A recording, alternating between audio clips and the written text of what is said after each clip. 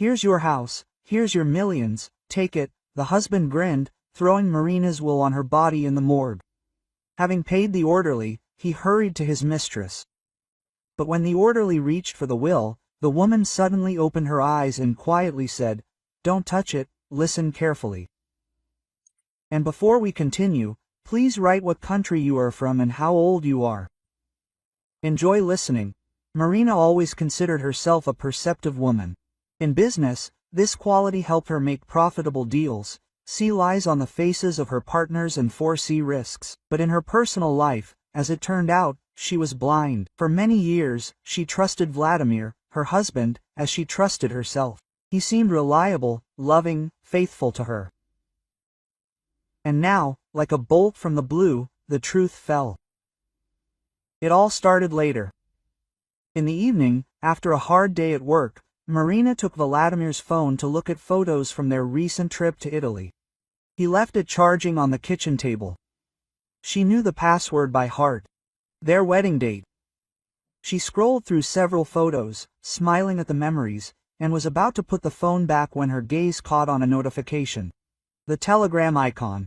A message from a contact saved as Svetlana Fitness. She was Marina's trainer at the gym. Curiosity got the better of her. Marina opened the app. What she saw next made her heart pound. It was a correspondence. Intimate messages, full of passion and tenderness. Words that Vladimir had never said to her. "My dear, I can't wait to see you tomorrow. I will think about you all night," wrote Svetlana. Vladimir's answer came immediately.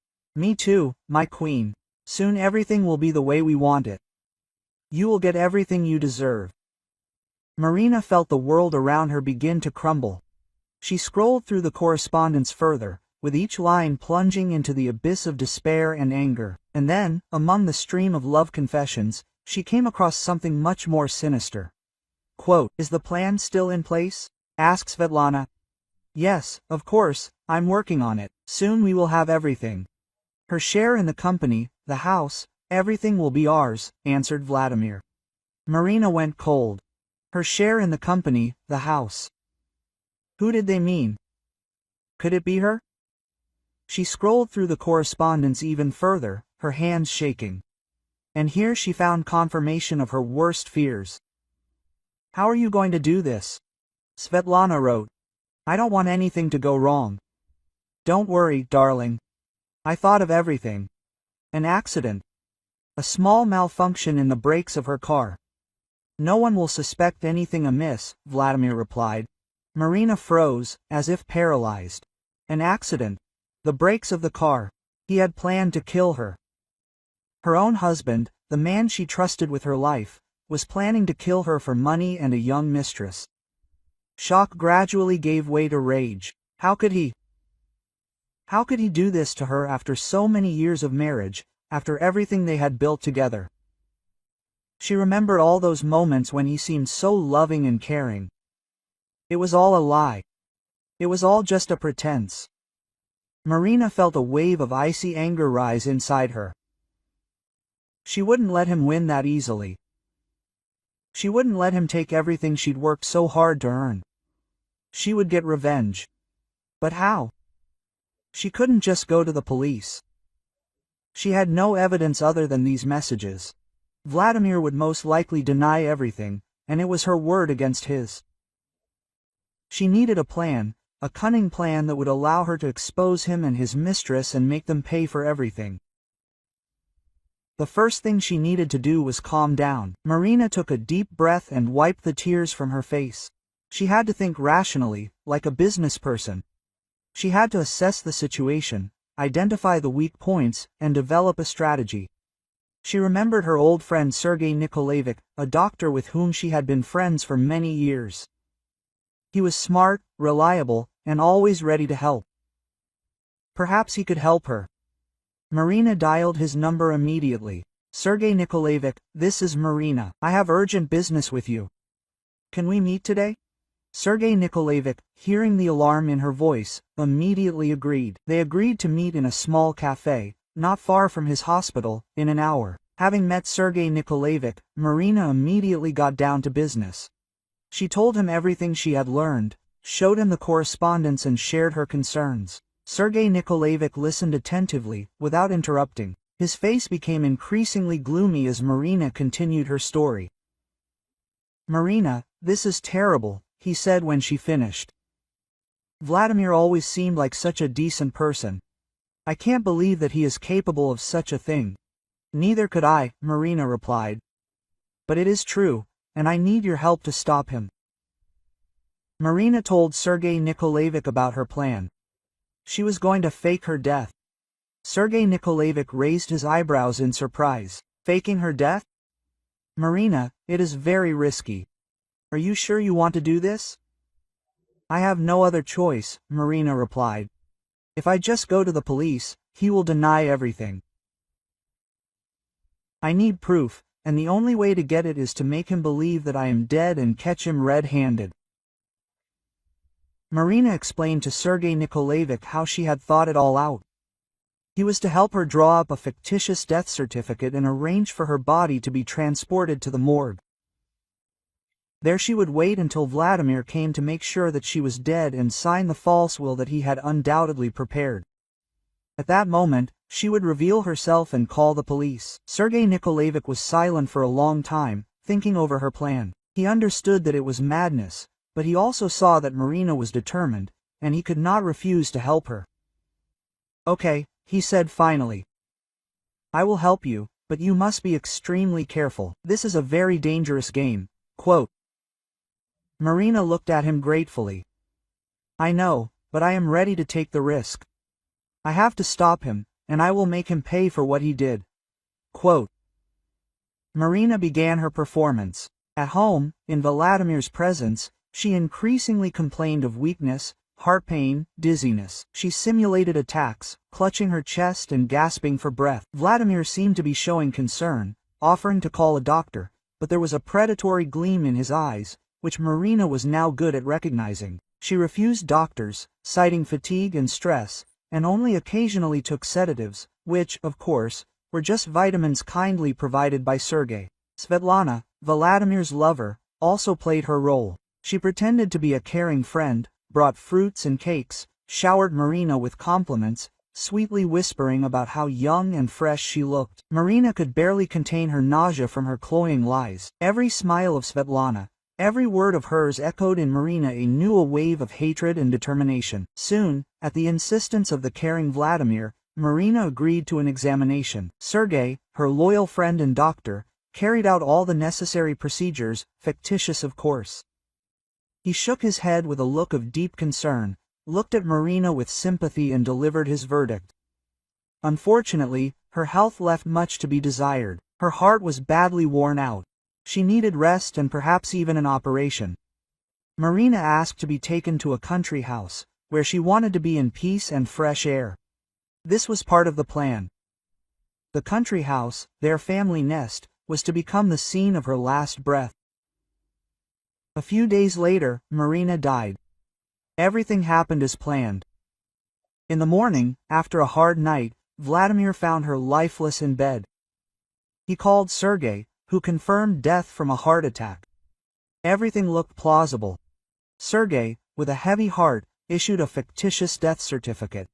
He knew he was taking a risk, everyone, but he believed in Marina and her right to justice. He arranged for the body to be transported to the morgue. Everything had been discussed in advance.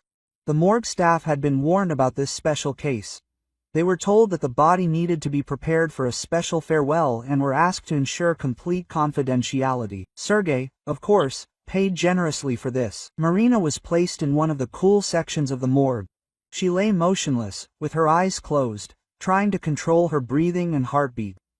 The smell of formalin and death hung around.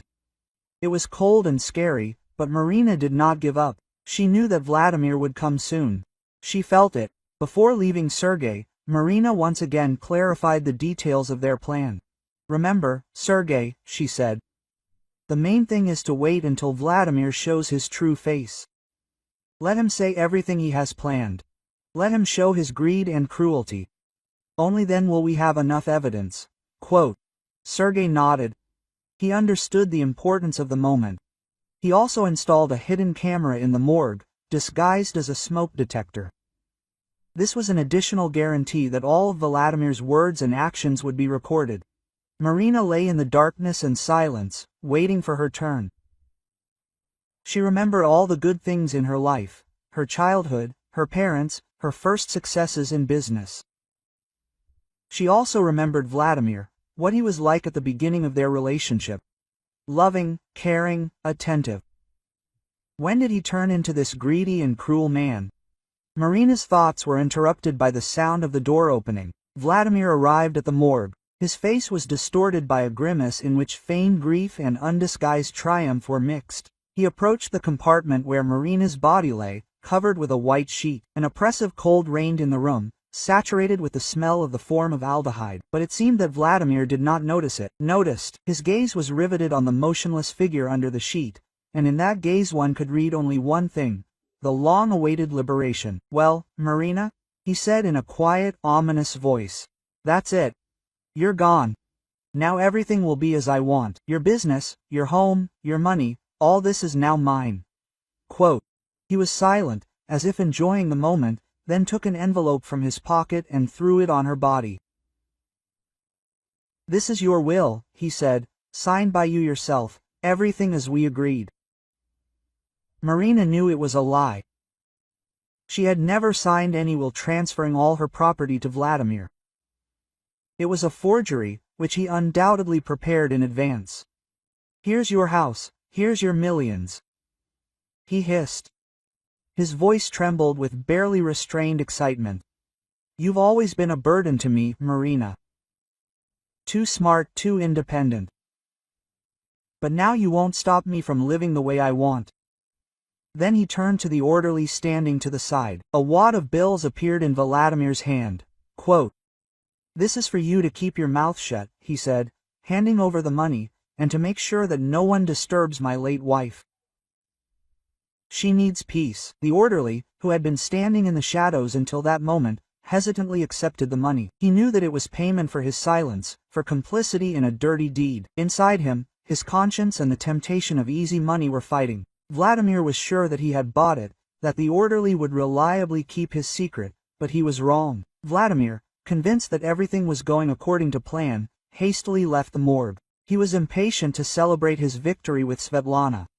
He imagined how they would drink champagne in his new country house, how they would enjoy the luxury that he had received thanks to Marina's death. When the door closed behind Vladimir, silence reigned in the morgue. The orderly, clutching a wad of money in his hand, looked at the body under the sheet. In his head conflicting thoughts raged.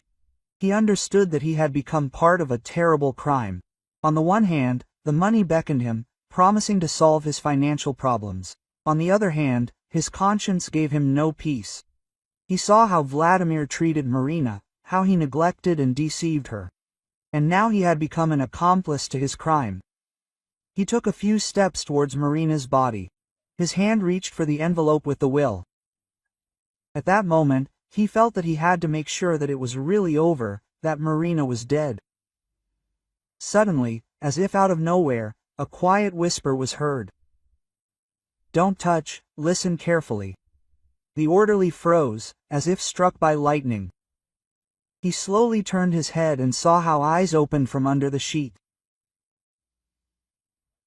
Marina's eyes were alive, full of determination and anger. The orderly's heart began to pound wildly. He recoiled from the body, almost dropping the money. "Are you alive?" he stammered. His voice trembled with horror and amazement. Marina, gathering her strength, raised her head.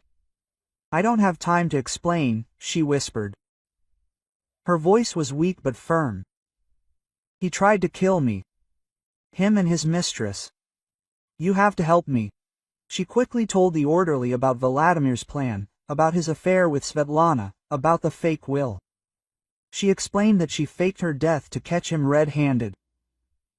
"I know it sounds crazy," she finished. "But you're the only one who can help me. Please call the police, tell them that I'm alive and that Vladimir tried to kill me." Quote.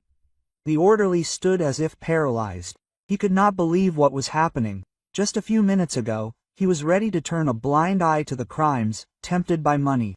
But now, seeing Marina alive, hearing her story, he realized that he could not betray her. "I'll help you," he said. His voice sounded more confident now. "I'll call the police right now." The operation was a success. The orderly dialed the duty station with trembling hands but with firm determination. Marina's voice, though quiet but confident, echoed in his head, guiding his every action. He reported the impending crime, naming Vladimir and Svetlana, mentioning the morgue and the body, which, he claimed, was still alive.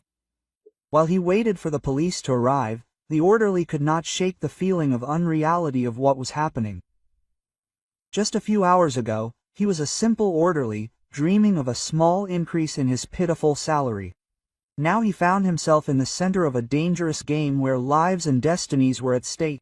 He glanced at the motionless figure of Marina lying under the sheet. Her deceptive serenity contrasted with the storm raging outside the walls of the morgue. The orderly finished talking to the police and turned to Marina. "They'll be here soon," he said. "They want me to keep this a secret until they get here." Marina nodded. "Thank you," she whispered. "You did the right thing." They waited in silence for the police to arrive. The morgue was tense and silent, except for the quiet ticking of the clock. The orderly felt a cold sweat break out on his forehead. He knew that his life had changed forever. He was no longer just an orderly in the morgue. He was now a participant in a dangerous game in which life and death were at stake. A few minutes later, sirens were heard in the morgue. The police had arrived. The orderly led them into the room where Marina was lying. The police were shocked to see a living woman in the morgue. They quickly assessed the situation and took action. Marina was taken out of the morgue and placed in a safe place. The orderly was asked to give a statement. Meanwhile, another group of police officers went to look for Vladimir and Svetlana. They knew that they had little time. If Vladimir found out that Marina was alive, he might try to escape or, even worse, try to finish what he had started. Vladimir, confident in the success of his insidious plan, rushed to an expensive restaurant on the outskirts of the city. Svetlana was waiting for him there, drowning in anticipation of a luxurious life that, as it seemed to her, was already in her hands. He burst into the room, flashing a false smile, and hugged her tightly. "It's over, darling," he whispered in her ear, ordering the most expensive champagne on the menu. "Now we can enjoy the life we've always dreamed of." Svetlana, not hiding her glee, clung to him, imagining herself the mistress of a huge country house and the owner of a prosperous construction company. They drank to the successful completion of the case, unaware that their triumph was only an illusion, a fragile house of cards, ready to collapse at any moment. But their celebration did not last long. Suddenly, men in uniform burst into the restaurant. Vladimir Opashev tried to say something, but his words were drowned out by Svetlana's angry scream. Quote, "What's going on? Who are you?" she shrieked, grabbing Vladimir's hand. "Vladimir, are you under arrest on suspicion of attempted murder and fraud?" Quote, the senior officer announced, presenting an arrest warrant. Vladimir turned pale. He tried to maintain the appearance of calm, but his trembling hands and rapid breathing gave him away. He glanced at Svetlana for support, but all he saw in her eyes was panic and fear. "There's some kind of mistake. I don't understand anything," he muttered as he was led out of the restaurant to the astonished gazes of the customers. During the search of his car and apartment, evidence was found that confirmed his criminal intent. Correspondence with Svetlana, in which they discussed in detail the murder plan and the distribution of Marina's assets, a fake will prepared for the notary. All this testified to his guilt. In the morning, when Vladimir was sitting in the pre-trial detention cell, depressed and confused, he was called in for questioning. He expected to see the investigators, but instead she, Marina, entered the room. He could not believe his eyes. She stood before him, alive and well, with a cold but triumphant smile on her face. He jumped up from his chair as if he had been electrocuted. "Marina, but how?" he stammered, unable to find the words. "Surprise, Vladimir," she said in an icy tone. "Your plan failed. I'm alive, and I'm here to see you get your just punishment." Vladimir tried to justify himself, to deny everything, but Marina was adamant. She presented the investigators with irrefutable evidence of his guilt, collected with the help of Sergei and a hidden camera installed in the morgue. She told about his affair with Svetlana, about his thirst for money and power, about his willingness to do anything to achieve his goals. Svetlana, who found herself in the next cell, realized that her dreams of a luxurious life had collapsed. She tried to shift all the blame onto Vladimir, claiming that she was just a victim of his manipulations, but her testimony did not convince the investigators.